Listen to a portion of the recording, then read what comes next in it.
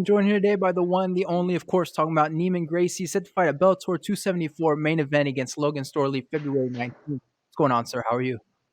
I'm doing great, guys. It's a pleasure to be here. Glad to hear it, man. First things first, before we get into the fight and all that stuff, it's the first time I'm talking to you, so I need to know. Obviously, your last name in MMA, one of the most legendary last names there is. How much pressure do you feel carrying a name like that into your fight? Because I feel like that would add pressure no matter who you're fighting. Actually, I don't feel any pressure, because I've been competing since I'm 10 years old, so I'm kind of used to it.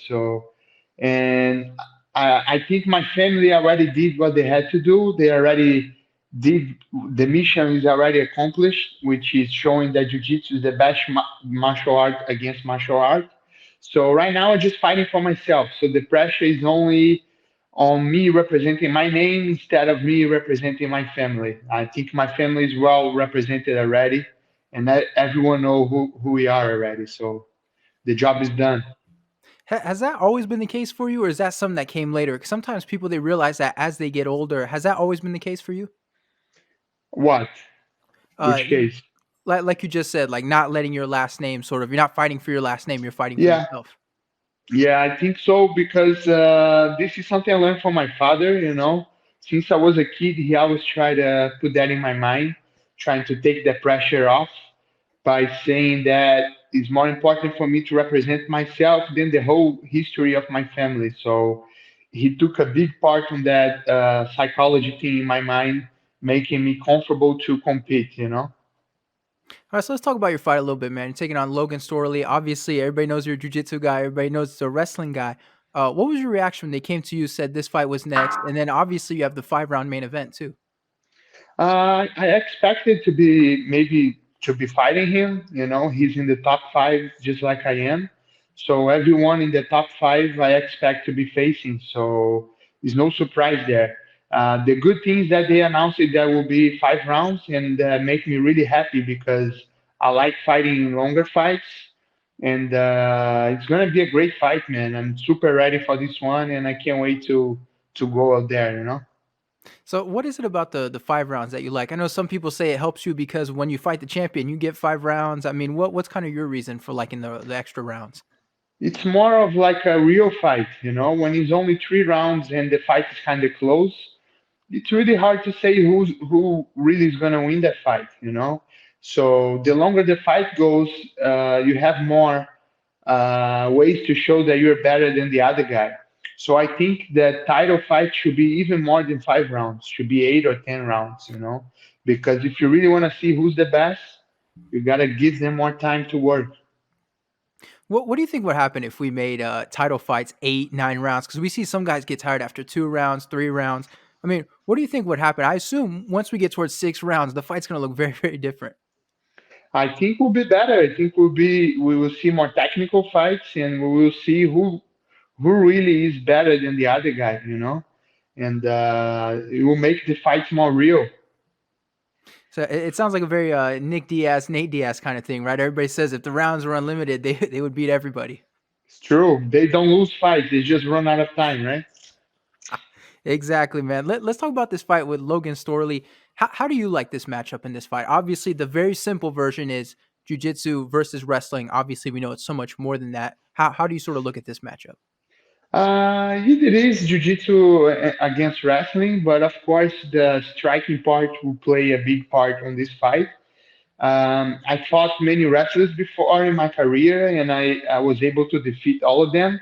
So I think will be jiu-jitsu against wrestling with a little bit of striking. And but I think will be a grappling fight for sure.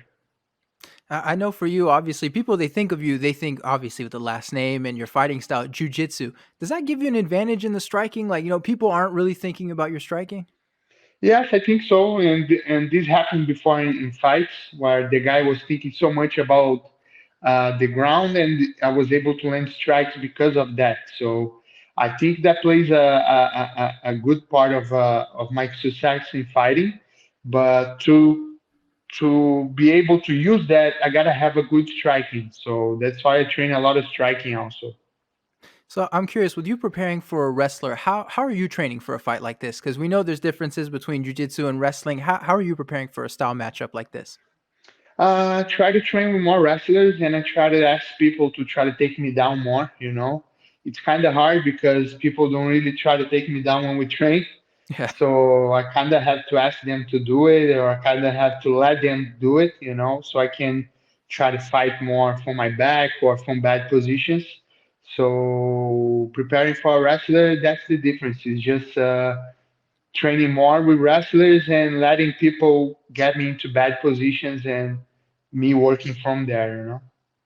So with you training with all these people, asking guys to take you down, who surprised you the most with their ground game? Like they came in with a double leg, and you're like, oh, okay, this person knows what they're doing. Uh, it's kind of hard to say because sometimes it depends a lot on timing. It's not so much a technique. If the guy gets you in the right time, he takes you down. So not many surprises. I know that the guys that I train, they are the best in the world. So all of them give me a hard time. So there's no surprises there. So what are your thoughts on Logan Storley's career so far? We've seen him; he only has one loss. It's a very close one to the champion. Came in with a big wrestling background. I mean, what have you thought of his career in MMA and in Bellator so far?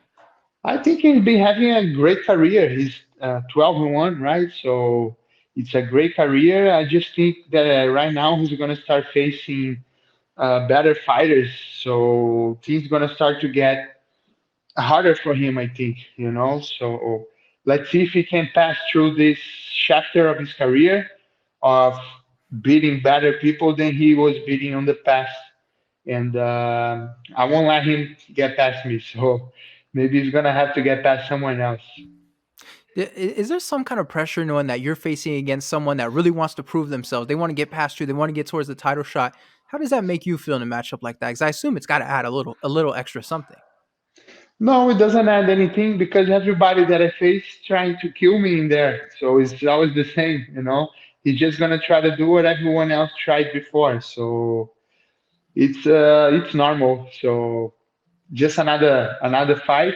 But I think if I win this fight well, I can get a title shot next. So I want to make a statement on this one. So, how do you think you match up with the champion? Obviously, he's given a lot of people a lot of problems. We've seen he looks well rounded, great ground game. I'm sure that doesn't impress you that much, but what are your thoughts on just the champion and how you match up with him? He actually impresses me a lot. He's very good. He's a very good wrestler, and he mixes up things very well. He's a great fighter. But I think in the top five of Bellator, I'm the one that has the best game to beat him. I think all the other guys are either strikers or they straight wrestlers. There's no good jiu-jitsu guys to face him. So I think the answer to beat him is jiu-jitsu. Believe it or not, I think it's jiu-jitsu because in the striking department, I think we very even there, but we're gonna get into scrambles, and I think in those scrambles are when I'm gonna be able to get something out of him and finish the fight. What kind of fight is the most fun for you? Like right now, you're preparing for a wrestler. We know that's your world, the ground game. Is that more fun than taking on, say, a striker or something? Like what's more fun for you personally? It's hard to say, but yeah, I think fighting grapplers are pretty fun, because the fight goes to the part that we are both good, so we just go out there and see who's better. As long as we just don't try to stall all the time, it's gonna be a great fight because I'm always trying to finish my fights. So if he does the same, you guys are gonna have a great show, man. Getting to this fight with Logan Storley, I mean, when you sort of think about the matchup and stuff, a lot of people they say when you have two guys that like to grapple, sometimes we just get a striking match for 5 rounds. Is there a possibility this fight might just be 5 rounds of straight kickboxing? Yes, it can happen, but I think eventually we're gonna get into a scruffle on the floor, and that's when the fun will really start. So I think that's gonna be a little bit of striking, but on the end, we're both gonna try to go for what we like to do. So you guys gonna see everything on this fight for sure. All right, one last question for you. It's an easy one, but how do you see yourself getting your hand raised at Bellator 74? So since this is a five round fight, I think it's gonna end before the fifth round. Maybe in the fifth round, maybe in the fourth, third, first. We never know. but I don't think this is going to the hand of the judges. I won't let that happen, So I'm pretty sure I'm gonna finish this fight. I just don't know how. If it's gonna be with striking or if it's gonna be with submission. But for sure, this fight's gonna end before the fifth round. All right, well, it's a great fight. I don't have to tell you that. Thank you so much for the time, man. I really appreciate it. Thank you, guys. A pleasure to be here.